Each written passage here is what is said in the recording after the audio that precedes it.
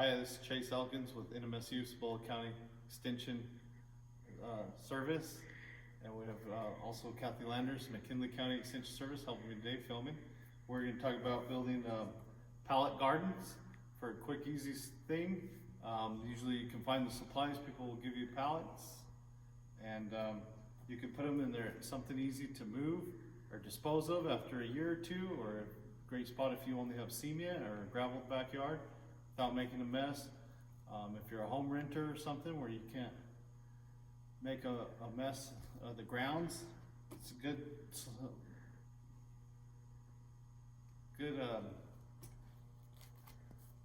alternative for that. Okay, right here we have a good example. We have a little example one. We've got our poly weed barrier wrapped around, stapled to it. And we got our regular soil. You can use potting soil or a mix or anything. And it's good to put it here in the guides. We got some chili plants and a squash plant, a tomato plant growing in there. And you can evenly space. The boards help to keep moisture in. All right, here we got a pallet was donated to us by the local lumber yard. You kind of want to watch your pallets. Many gardeners prefer to have ones that aren't painted. You can easily visually inspect that there wasn't oil or something, some type of chemical or something that got soaked into them or spilled on them. Usually you can see the darker or dirt stuck to it. We also selected one that was not painted, and if you can preferably find one that was heat treated, not treated with any chemical or anything, but just heat treated, they'll last longer. But other than that, we just prefer to have a plain pallet. So then what we got over here behind us is a weed barrier. It is 4 foot in width. It's a woven poly material. And I like that one a little better because it's a little stronger to hold the weight in the bottom if you have to move the pallet later on. So what we do is set our pallet down on our weed barrier. And in the middle there, where we have enough to fold up on our edges here, enough on the sides. So we will go ahead and cut what we need off this length.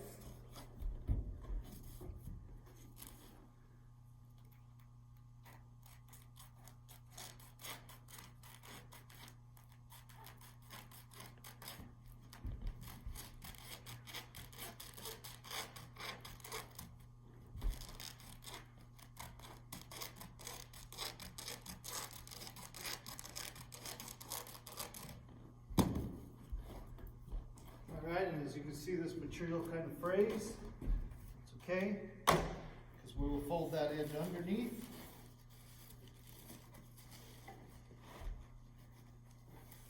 And what we're going to use to attach the material to the pallet is 1/4 inch staples, heavy duty staples, a staple gun.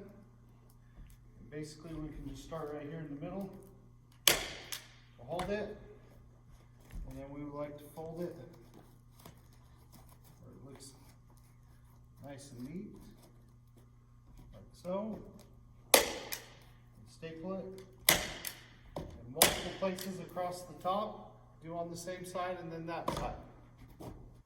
Okay, on this pallet, if you do want to go with the option for a standing pallet, or actually just putting the weed barrier in the top where you're going to plant, before you cover the back with the weed barrier, you would want to cut two sides, one for each side of the weed barrier that fits inside, because this is the back of the pallet, and make sure you leave it loose enough before you staple to make these little kind of pouches so you have room for your soil and to cut your plants.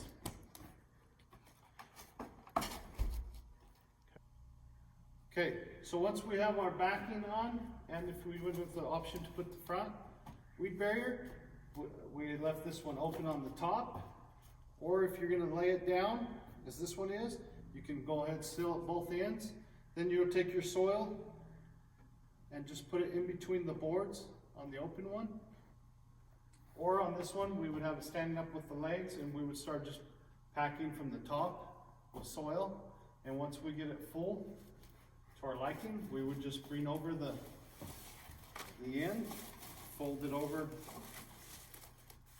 as our previous one,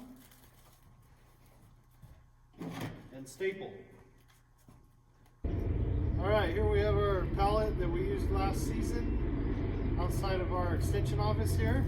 As you can see, we didn't have anywhere to plant a garden. We're in the middle of town and all of it had been landscaped, but they were nice enough to let us put it out here in this rock area, gravel area.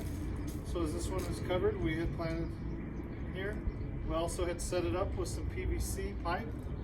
These were 1/2 inch pipe with a little next size bigger 1/2 inch, 1 inch on the bottom where they slide in or out. Those are just attached with screws to our pallet. We had set these hoops up to cover our plastic to get a little more late season growing going. So we just used your regular clear woven garden plastic.